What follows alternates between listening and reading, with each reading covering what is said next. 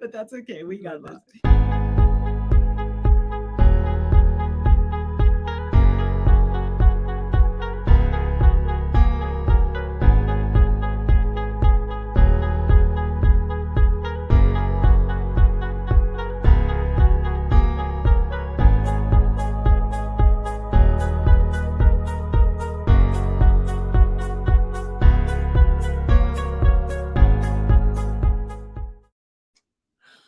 Aloha, everyone. Welcome to Talk Story with Jess and Laurie.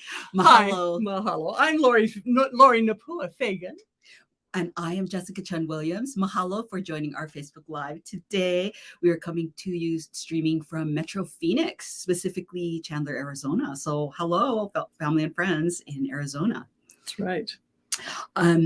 Couple of quick announcements. Yep. First of all, do post comments and questions in our chat box. We'd love to hear your questions. We're going to try to monitor that. So you may see us looking down every so often. In between, we'll monitor for each other. And then, of course, we'll take questions at the end. Second thing is one word, giveaways. We have some fun giveaways at the end, including a gift bag. So we'll cover that at the end. Yes, and we just have, we're just going to have a lot of fun. That is the main thing here for today. Jessica and I write in very different genres, but we have been friends for many, many years. And we have many years. We have a lot in common. Well, one of those many commonalities, though, is our love for and our connection with the islands of Hawaii. And I'm the daughter of a kama'aina, which means somebody who was born in the islands. And my mother and a couple of generations of her family are from the island of Maui. I've traveled there since I was young. My late husband and I honeymooned there. And now I own property on the island of Kauai. So while Laurie is visiting Maui, I am growing up in Honolulu on Oahu, right? So even though we, didn't meet in Hawaii or anything, we actually met again here in Phoenix at a professional conference when I was a grad student in communications and Laurie was already a working broadcast journalist. But we found that we could have these in-depth conversations on things like poke. If you're from Hawaii, there's dozens of types like kimchi, clam, poke, right?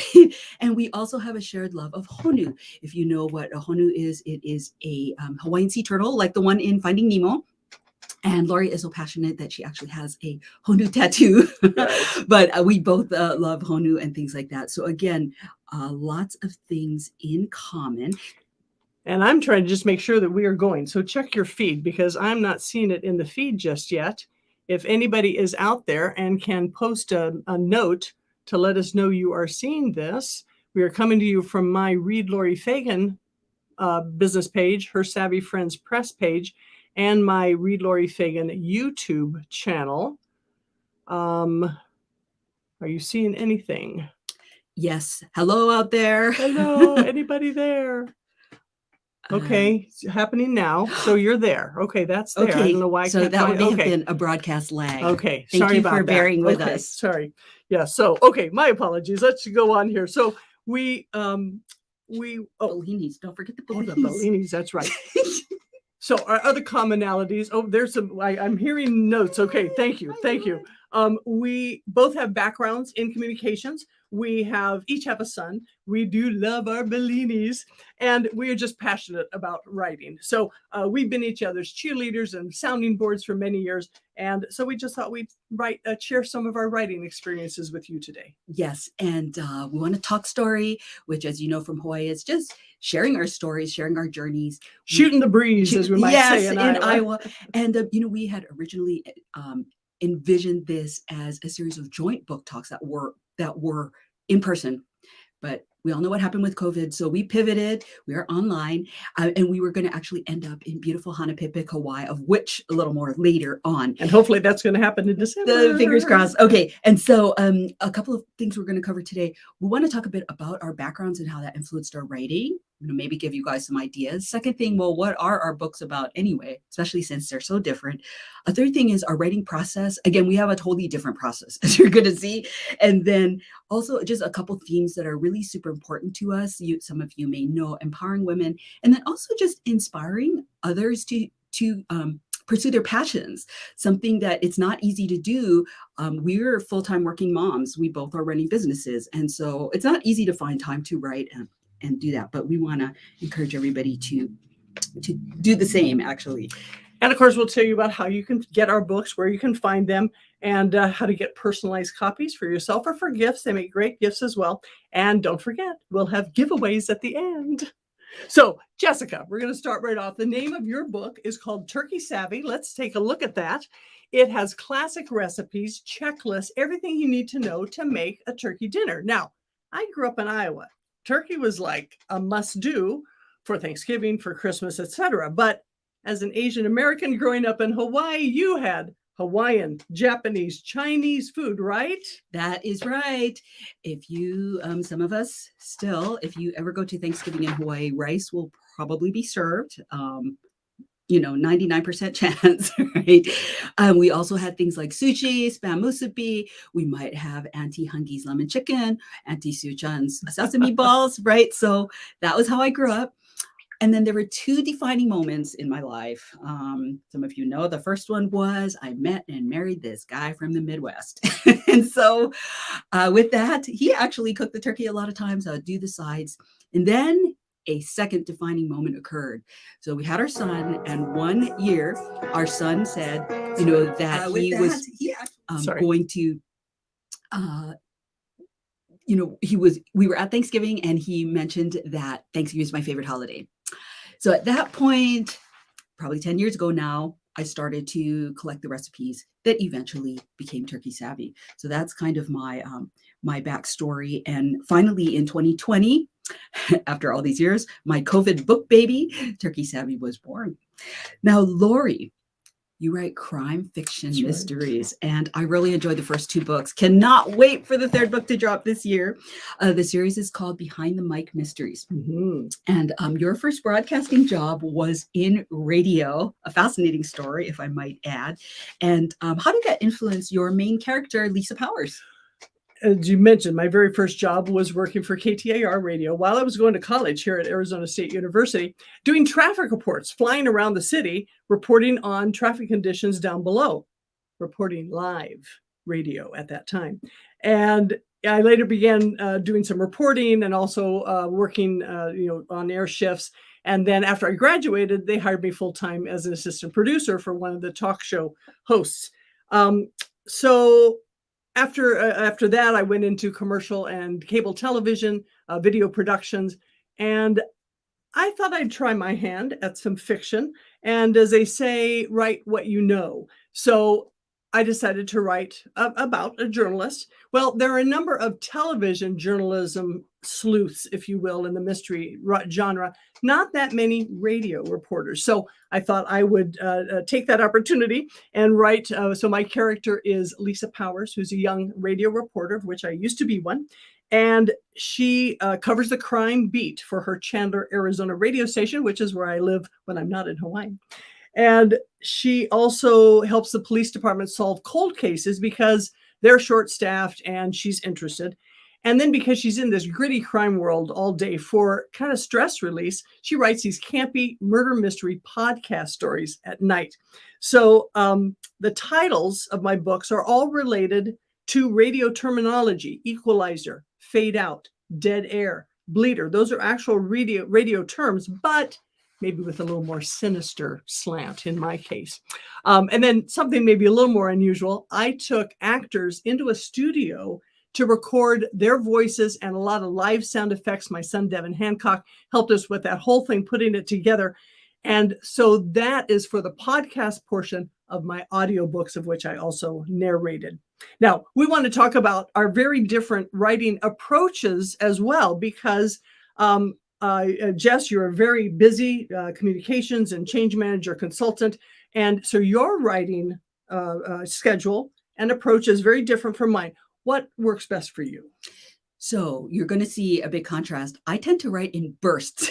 And also, writing a cookbook is different than a regular book because you actually have to cook the recipes. And if you don't want to cook 20 turkeys in a row, that's what kind of took a while to kind of stretch it out, and I, write down recipes and steps and so forth. But then the last couple of years, I have been actually cooking 2 to 3 turkeys a year, as I've become rather good at it. And as a course creator and trainer by trade, I became really interested in, of course, the steps that it took, especially since I didn't grow up with a lot of the traditional foods. We always had a combination. And so it did take a while to gather all that. And then in addition, again, something I do routinely as a course creator is I will do surveys. I will do interviews. So I actually had a survey. I got feedback maybe from some of you. I interviewed folks about what they found challenging about Thanksgiving, and I incorporated all of that into hopefully what is a guide that won't take you 10 years to learn how to cook the whole meal as it did for me. And then again, I think very meaningfully for me, hopefully if my son ever wants to recreate this, he can simply pick it up the book and be able to do that. And it won't take him 10 years. It won't take him 10 years, or anyone really, right? New college students, folks, newlyweds, right, who may be starting their home, and maybe this is the first time they're creating the entire meal or starting to host. So again, that was my altruistic motivation. And Laurie has a very disciplined method of writing as well, which I admire. So tell us about your process. So I usually work on my books 3 to 5 mornings a week. I'm a little fresher in the morning. So I'm usually in my office by about 9, and I'll work until 1 or 2, depending on what I'm working on at the moment. And it might be writing or it might be marketing. And so that is scheduled time. And that is kind of like a doctor's appointment for me. I try to protect those times so it stays on my calendar. I'm also an outliner, which means I develop pretty much the whole storyline for my mystery novels. So I know chapter by chapter what I'm going to write when I sit down that morning in front of my computer. So that helps me a lot, just stay focused and to be scheduled that way. Now, trust me, there is still a lot of freedom, even in that schedule of being an outliner. So I can change things up if I want, because often my characters will say, no, I don't want to do that. And I will say, well, wait a minute. No. It's not, you can't do that. It's not in the outline. And they say, we don't care. We want to do it this way. Like, all right, fine. And so I go that way, and I'll be darned. Amazingly, it actually generally works out pretty well. And they're generally right when it comes to that. Now, thinking about the technical aspect of writing a book. Now, mine is just text. Yeah, I got a few pictures on the cover, but that's it. Not only did you write a great cookbook, it is like a beautiful coffee table book. So why don't you talk about how you created your book? Oh, fun. So again, we started to realize it's actually really fun to think about the differences between our genres, right? So you got fiction, classic fiction, and then you have nonfiction, right? So this is the point where I need to call out this whole community of creators that I worked with, and creatives. They were mostly creatives, which is fantastic. Right. So first and foremost, Rosalind saying, mwah! She was chef's kiss right there, yes. Right? Originally of Singapore. And Rosalind created this beautiful book design, and she art directed the entire cookbook and our photo shoot and so forth. So very critical to have a partner like that. Very blessed. Thank you, Rosalind. And then also too, we found a great food photographer and food stylist. So I want to give a shout out to the Photopot, Sophia Felgares and Alex Montfort, who were just a joy to work with. The first time I had interviewed a bunch of food photographers, and the first time I talked to Sophia, I kind of knew. I just knew. And even though we went through the interview process, she was always our first choice. So very thrilled. That's a whole subject of a whole other show, but that was fun. Nicole Kruzik of Belly Food Style, she was highly recommended to us. We were very fortunate to get her. She was working with brands like Gucci, I'll just say so, but really amazing. She gave us really amazing piece of advice, totally counterintuitive, you wouldn't think. So for example, she had me pull out rusty old pans, which I had a few, and they appear as props in our book. So really, Sophia, Nicole, Alex, we couldn't have done it without you. It was really fantastic. We worked with the good people at Marina Graphic, and that was a guy. So anyway, again, we'll talk some more about that. And we have a question from Diana that I think fits in here. Diana asked Jessica, did you get tired of eating turkey after making it so much? That is a great question, Diana. Well, okay, probably a little bit. But, having a teenager in the house, as you know, and his friends, we didn't lack for taste testers. And the pies and the sweets were especially popular. Those didn't last long. So, yeah, that's a great question. We did cook a lot of turkey. We had help. And we got to invite friends over, which is another great thing about turkey dinner. It feeds a lot of people and so forth. And so, two other people I have to specifically call out: Keiko Napier of Blue Umi Gift Shop, the owner, as well as she owns Japanese Grandma's Cafe next door. So Blue Umi is the first place in my home state to carry Turkey Savvy. And so we just want to thank you. Mahalo, Keiko and Blue Umi. And hopefully that's what we'll be doing. And we're hoping in person, hopefully book talk in December. We're hoping to end up there. So fingers crossed, everybody. Yes. Also, Laurie. I have to call out my co-host, Laurie, who has been such an encouragement to me to keep writing, keep going through many difficult things, including illnesses and so forth. Yeah. And also all our family and friends, you know who you are, all the times when we both were struggling with a concept or just tired, and you lifted us up. Yeah. So again, really appreciate that. So I got to talk about Lisa Powers. I've become very attached to Lisa, who is the main character in the Behind the Mic Mysteries. And although it's a work of fiction, it is based on real life. And it's super fun because first of all, Lisa is an amazing role model because she's like a working woman. And so that is her main thing. I think it's really inspirational for especially younger women and girls to see this is what it would be like if you had a career in journalism, and specifically, just a working journalist. And actually she gets to solve crimes. Right. So that's even fun. So if you like Nancy Drew mysteries and things like this is for you. Well, for those of us who remember Nancy Drew, right. I love Nancy Drew. There's probably a newer one. We get to ride along with her. And even just when she's just hanging out with friends, we get to see what she does for fun. Right. So why was it important for you to have this really strong female character? Well, and I was president of several chapters of Women in Communications and other nonprofits. So that's how we met originally. And through that organization, I just met so many fantastic women who inspired me, who mentored me, who just helped give me advice when I was getting ready to set up my first business. So as a female, I've run a number of businesses now, and I've just always felt strongly that we as women especially need to give a hand back to the younger women who are coming up to help them out, just like we were helped out at one point as well. So yes, my main character is a strong, young, independent radio reporter. She tries her very best. She works really hard. But she has challenges too. She screws up from time to time, just as everybody does. So I wanted to make her, somebody who was a fairly real life person. And it's kind of based on me, but that's, like I say, write what you know. But writing strong female characters has just always been a passion of mine. Actually, that is a really good segue here to talk about empowering women. We've, again, both female entrepreneurs, we're working moms. And so, we're both trying to run a business, raise our sons. Those of you that have sons, love them to death. There's some challenges there. On top of that, in 2019, I received a cancer diagnosis. I was very fortunate to have an early stage cancer that I had surgery and was cured. So, however, I think that really lit a fire under me as well. Again, as you know, I've been working on this project for quite a while. But I think that we both found that carving out time from our schedules, finding a time when we could connect with our passions, we could write, we could lift each other up and connect and keep going was so meaningful and powerful. I think helped us get through probably some of the tough times. And so that's what we'd really encourage you.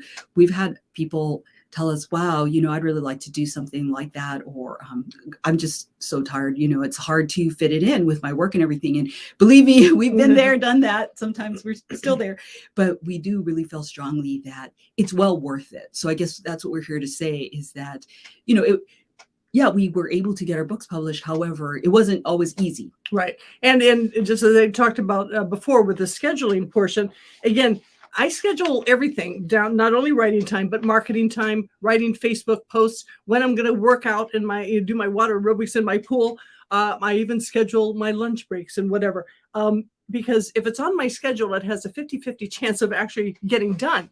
Now, many people, like Jess said, say, oh, I just don't have time, or I'm just too tired. But I've talked to many people, and I think if you can find 1 hour, maybe it's a Saturday morning, maybe it's a Sunday afternoon, maybe it's 11 o'clock at night when the house is quiet, try that 1 hour. And that 1 hour might go to 2, might go to 3. Quick story about when I was at Arizona State, a guy who had written a lot of screenplays had come in to speak, and he had said that he was working in insurance while he was trying to break into writing screenplays. And so he would get up at 5:30 in the morning to write his screenplay before he went to work. And I said, okay, if he can do that, I can do that. So, oh my gosh, that first couple of 5:30 mornings, oh, it was so hard to get up early. And I had a full-time job. I had to be at work by 9, but I tried. And then second or third day was a little easier. And then pretty soon I'm waking up before the alarm. I can't wait to get there. I was so excited about writing. I said, okay, maybe just a couple more pages. Yeah, it might be a little late, just a couple more pages. And I kept going. And so, like she said, it can just energize you. And that is really what you want to strive for, I think. So with that, we wanted to go to live Q&A and have you pop any questions. We did see that. Thank you, Diana. I love you. It's so great to see you online. And if you have other questions, please feel free to pop them in the chat there.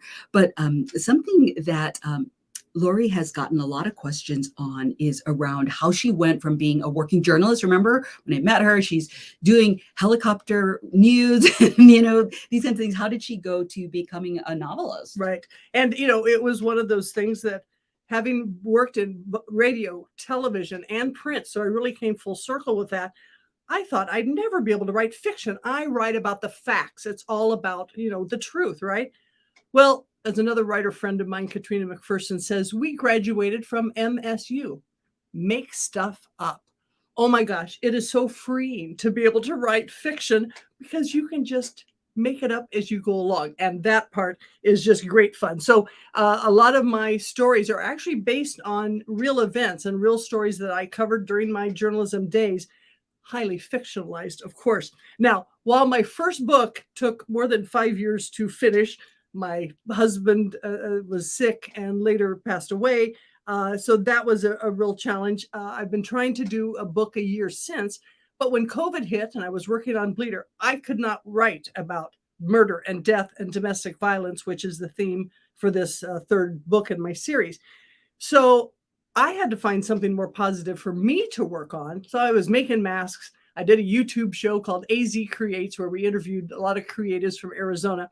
And then finally, after I got my vaccination, oh, the colors seem a little brighter. The music seems a little louder. And then I could get back to writing. So my book literally just went to the publisher for their editing. I hope they have it out by November. So Jessica, how long did it take you to write Turkey Savvy? Well, I wanted to say, I saw a question come in. Thank you.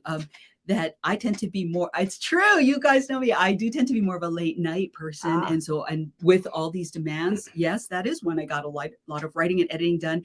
And I was really fortunate because Rosalind sang of Roseline Design also works a little bit late. So there were times when we had some text going back and forth, or even calls late at night when things were quiet. She also has a family as well, and as a working mom and a female entrepreneur.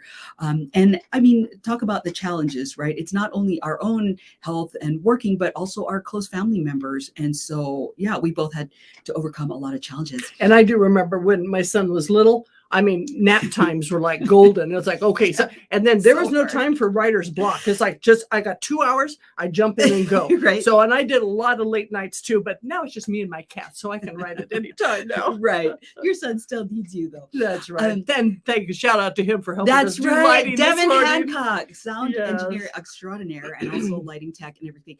But to go back to your question about how long it took me. Well, okay. So as you know, when my son made this comment, he was still young elementary school. So again, for 10 years, I kind of collected recipes. I was practicing. But the last 3 years, I just really started to get it in gear. About 3 years ago, I contacted Roseline Design, asked if we could collaborate on a book. Very happy that she accepted. But then again, we were both busy. We were just kind of working on it. It was our side hustle because we both had businesses to run and families to raise and feed. But then this I thought was really cool. Really, the whole production process came together, if you can believe it, in the midst of COVID between August and October of 2020. Within that 90-day period, Rosalind completed the design. We hired a food photographer and a food stylist. We were fortunate, maybe because of COVID, to be able to get top-notch talent in Los Angeles. We held a 2-day photo shoot, full 15-hour day photo shoots. Okay, it was good times. We went to press. We did 6 days of press checks. I was going to shout out Marks Ortega at Marina Graphics. Wonderful to work with. Marina Graphics was fantastic. So we really love you guys. Also, we had worked with other editors, and just again, it really took a community. And then we were able to have our finished product in our hands in November of last year. So from 10 years to 90 days, you guys were rocking and rolling during those 90 days. Yeah, and it seemed like it came together fast. But again, remember, there was this long period. And then the last 3 years when I was doing surveys and interviews, and some of you were probably thinking, okay, she asked me about turkey and nothing happened, right? But it was percolating. And then again, it came together really quickly. So we were really, really excited about that. Do we have any other questions? Diana mentioned that she once met a woman who worked on her poetry while stopped at signal lights. Oh my goodness. I love that. That's a wonderful tip. Yes. Yeah, absolutely. But part of it is, and I meant to mention this earlier, as they say in Hawaii, you got to get your okoli in the chair. You got to just start sometimes. And sometimes it's just a blank screen and it can, but places like Writer's Digest have these great prompts, writing prompts, and go there and just find a writer and what if, and just write a little something. It doesn't have to be pretty. It doesn't have to be great. Just get started. And that's the main thing. It's not only writing too. Some of the folks that have joined us do other types of art. And you know what? You guys inspire us too. Laurie's very connected to the arts community here. We have I have a lot of artist friends as well. And you know what? When I see your paintings, your sculptures, and other works, whether spoken word or performance related, I'm really inspired because I see you living your passion. And that makes me want to live my passion and share it with you as well. Yeah. How about we do our giveaways? How about we got one more question? Oh, we'll do that. Question? Yes. Okay. Diana asked you if you think you would have made a different book had you made it 5 years ago. And I think that could go for both of us. Well, yeah, true, I think it really would be. Don't you? I mean, it wouldn't be as polished and different time, different place and everything. Yeah, interesting. Exactly. That's a good point. I think in my case, it probably wouldn't have been as detailed. By having that long incubation period, it allowed me to really incorporate a lot of things, do my interviews with others. That was actually really fun to find out, what do you guys want to know about Thanksgiving? What's of interest to you? What's confusing? What do you like, not like, and so forth. So I think it was kind of fun to be able to take my time and do it my way, so to speak. And like you said about, the silver linings of COVID, as much as we hated being locked down, again, could you have gotten those same people when they were busy? That's right. That may have been a big factor. You know what? That's an excellent point to that question, right? Maybe in a way, COVID was a blessing in disguise, right? For in some ways that would I have had access to this level of talent on such short notice if people's businesses had not been impacted? And if we didn't have the time to sit down and, perhaps spend a little more time at home writing and stuff. And I hope you've had time to paint and write and sculpt and, whatever else that creative endeavors that you have. Maybe for some, it's even expressing yourself through gardening. I know one of my good friends is really, many of us love gardening. Yeah. So should we do giveaways? Let's do our giveaways now. Okay. Yes, indeed. Okay. So here's how it's going to work. I'm going to tell you a certain word that you're going to write in the chat. And for the first 3 people who write this word in a moment, I'm going to give you a copy of my novella. This is an e-copy of a book called Deadly Misfire, and it's part of the Tawny Mountain Mystery box set that my publisher, Karen Bryson, with Short on Time Books, put together. And it's where Lisa Powers goes to a radio convention and then murder ensues. So for the first 3 people who write in the chat, get ready, write the word mystery. Go. And we have a little delay here. I don't know that we figured out how long the delay is, but I know there's probably 10 seconds, 15, 20 seconds or whatever. So while we're waiting for the winner, Sure, let me yes. tell you about my giveaways. Okay. So, and actually, you know what? I think I'm just going to do a combo Okay. one. So, essentially what you're going to get is an electronic, well, you can print it, but it's a shopping list, an electronic shopping list. And it has everything that you need for Thanksgiving on it. So you can easily, quickly go to your kitchen, see what you already have, and then take that same list, go to the store and, check off. And I used it last year Yeah, for exactly. Thanksgiving. So, That's the great. idea is to save you time. You don't have to regenerate it every year. And by using that checklist, you can then cook everything in the book. You don't need to make your own checklist. And a fun mystery gift bag. Yoo-hoo! Okay. And it's going to have things related to cooking Thanksgiving, things like a turkey baster and pins and a fun cookie cutter and things like that. So that will be mailed. So again, like Laurie, you're going to type in. Okay, no, hang on. So we have a winner online. So Diana Folson, you will get a copy of my novella. And now let's, for your word. Yes. And so for my word is turkey. And by the way, you can enter as many times, right, as you want. So we would love for you to be able to get that. And so that will be sent to you when we have a winner. So I think, Laurie, we'll wait while there's a time. Laurie's going to make a couple announcements. Sure. So again, if you are looking for a good read, a unique book, affordable gifts for the holidays, you knew we had to have a pitch here at some point. You can find my books on Amazon. They are in ebook, in paperback, and in audiobook, of which I also narrated. And that if you'd like a signed copy, message me here through Facebook. And for $10 and some shipping, I'm happy to send it off to you. If you live in the Phoenix metro area, I'm happy to hand deliver it to you there. And so you can follow me on Instagram and Facebook at Read Laurie Fagan. You'll find excerpts of upcoming books. You'll find videos and a variety of other, my writer's blog on my website, which is readlauriefagan.com.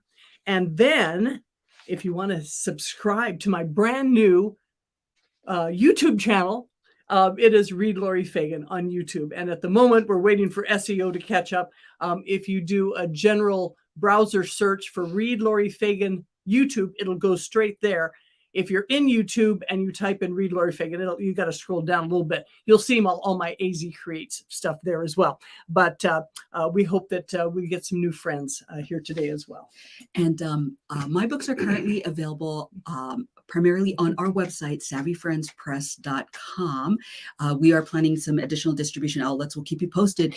If you are lucky enough to be on the island of Kauai, the beautiful Garden Island, you can go to the Blue Umi gift shop in Hanapepe and find Turkey Savvy there. So, and it's a great excuse to go to Hanapepe, I've got to go there to get that. So we do have a special offer for Arizona residents. Mm-hmm. Do you want to say that? No, you go ahead. Okay. So if you're an Arizona resident, you can pick up signed copies at here in Chandler. Right. So do let us know, right? And oh, by the way, I did want to point out that we do have a winner. It's Rebecca Folsom is our winner for the turkey. I guess they're watching together. Yes, so thank you. Yes. We will get those off to And Diana also asked if I sing in my audiobook. So yes, I'm a jazz singer. During COVID, haven't done that much singing. I did get hired, my piano player and I, to entertain to a group of chairs, 200 chairs. It was at a senior living place that they piped everything to the residents' rooms. So we performed, for an hour, did all that. So hoping that'll come back. I do have a gig in Prescott at their art walk coming up in October. But no, don't sing in the book. Let's see. I think it's book number 2. One of my police officer friends with the Chandler Police Department, Tyler Cerviche, actually was a singer and an actor with Valley Youth Theater here in Phoenix. And he sings beautiful Star Spangled Banner and different things at funerals and Diamondback games and that type of thing. And I actually brought him in to sing a little portion for my audiobook from a funeral again, fictional funeral for one of the police officers from my story. So there is some singing involved, but not by me yet. You never know. We'll see what happens in the next couple books. Actually, Laurie has some fun trailers that I guess will eventually be on. Well, they're on some YouTube channels, but they'll be on Read Laurie Fagan, where she actually hired actors and had them go into the studio and record. This is her other, I don't even know when she sleeps, right? Because she's an actor, a singer, she's like a triple threat, as well as a writer and a fiber artist. So again, you can check out some of these where Laurie is doing some of the voices and characters, and then she has actual professional actors who act out the podcast. Yeah. So it's really fun. So, and that's on my website. If you go to my website on videos, you'll see one of the actual video, the actual recording. You can see them in the recording studio. Right. Okay. See, I'm forgetting where that is, but that was great fun. Hey, this has been fun, girl. I know. This is our first. So thank you for joining us. We appreciate Mahalo, Nui. Yes, this was recorded, I believe, so you can catch it later. By the way, I'll just mention, if you do later type the word turkey in there, I will still send you a shopping list. So, and I'll do the same. If you want to type in mystery, I'll send you one. So as well. a little special offer. That's right. So with that, did we cover everything we wanted to say? All right, and then with that, mahalo. Mahalo. Thank you for joining us on Talk Story with Jess and Laurie. Hope you have a great day, and hope to see you soon.